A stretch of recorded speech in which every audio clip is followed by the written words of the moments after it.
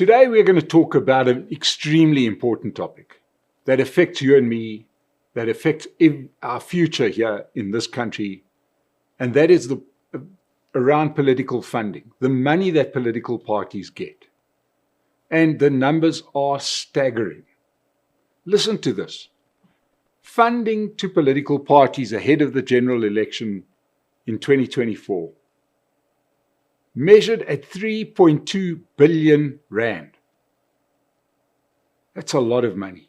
73% of that 3.2 billion rand went to the ANC and the DA. How did these guys get so much money? How captured are our political parties? Well, let's just look at what we as taxpayers give the political parties. There's a thing called the Represented Political Party Fund. That's money that comes from our taxes that's given to political parties based on their previous electoral outcome. And they distribute 622 million rand. These are per annum numbers. 285 of those millions went to the ANC, 120 million went to the Democratic Alliance, and 78 million went to the EFF. That's based on the electoral results, in the 2019 elections. But that's not all. There's a parliamentary pot, which was another 900 million rand. This comes out of Parliament, both at national level and at provincial. Another 905 million rand went to the ANC. 310 million rand went to the Democratic Alliance, and 179 million rand went to the EFF. You see, you're starting to get a picture here. These are pretty impressive numbers. But that's only about a third of the funding that they get. The rest is not disclosed. And they've got some wonderful ways of hiding from you and I the numbers as to what these political parties get. There's another thing called other income, which could be private funding, membership fees. EFF got 44 million rand. ANC got something similar. MK declared 2.8 million rand in other income, which is basically membership fees.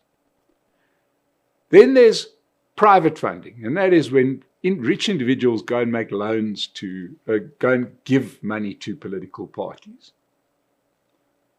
ANC declared 413 million. Now, we understand that this other income includes stuff like investments. These parties have investment arms, and most famously, the ANC sits with this vehicle called Chancellor House. Chancellor House is the investment vehicle named after the law officers of Nelson Mandela and R. Tambo before he was arrested in the 1960s. And this fund was the ultimate BEE partner. And it's got partnerships in mines, it's got partnerships in oil refineries, all kinds of businesses. And surprise, surprise, they get a lot of business, because if you're going to have a BEE partner, rather than have somebody who's just a hard worker and adds value to your business, rather get the ANC to be your BEE partner, and you're guaranteed to win the tender. These numbers can be eye-watering. It's not just the ANC that does this, mind you. The DA does it. The EFF does it. Right? They have these investment companies. Now, there's also another little category called loans. Now, the loans are interesting, because this could in fact be one of the best ways to siphon money into the political parties. So a political party goes to the bank. EFF is an example because it's disclosed. They go get a loan from Standard Bank. This happened. 60 million rand. This is disclosed. But what you do is you get a rich individual to sign as a guarantor of this money. And then if the party can't pay it back, if the party defunds fails to live up to the loan, defaults is the word I'm trying to think of, on the loan, the guarantor pays the money. And then it doesn't look like a donation. right? You had this loan, you declare the loan goes away, and somebody else has paid for it. And these parties are doing it to the value of hundreds of millions. Even a little one-person party in Parliament, Rise Mzansi, got a 22 million rand loan on this basis. It's staggering. And now, just quietly, President Ramaphosa passed an amendment to the Political Party Funding Act, which will double the amount of money that beyond which the parties have to disclose their loans. So it's going to take it up that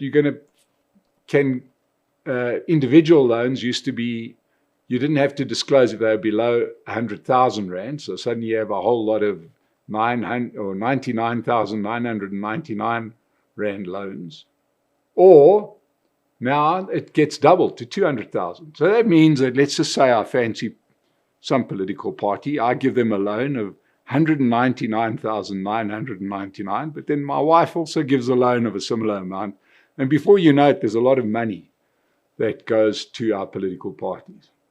But I wonder just how healthy this is, that we've got so much money sloshing around in our political parties. Because one of the things that has started to happen is that rather than reducing the number of political parties, we've got a system that actually encourages more political parties. And you end up with, quite simply, a value for each seat, a value for each vote. It's not based on anything, and it ends up that it's on the previous election's results. So if you look at something like Mkhonto Wesizwe, they got 15% of the vote, just based on what we see with 3.2 billion rand of funding at the last election. Let's just say it stays there. Right? These guys are going to get about 450 million rand from taxpayer money and funding. That's a lot of money. That's a great business. So our parties, they couldn't care about you and I. Yeah, we saw the behavior within the EFF.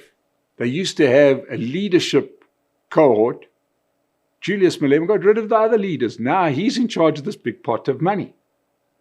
This is why political party members are killing each other for positions. Because you want to be somebody that handles these hundreds of millions of rands worth of funding. I don't think it's healthy. I think that it should be curbed.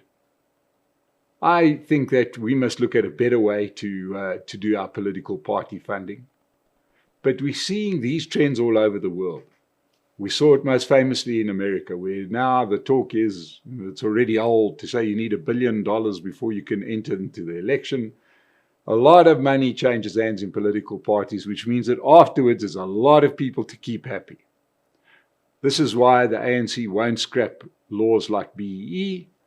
This is why the DA will always fight against BEE, because everybody, all those vested interests are donating to the parties, and they're not necessarily doing policy that's in the country's best interests.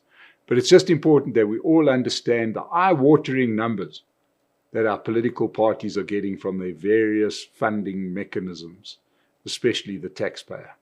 Thank you so much for joining us on the Political Insider. Subscribe to the channel. We'll see you again soon.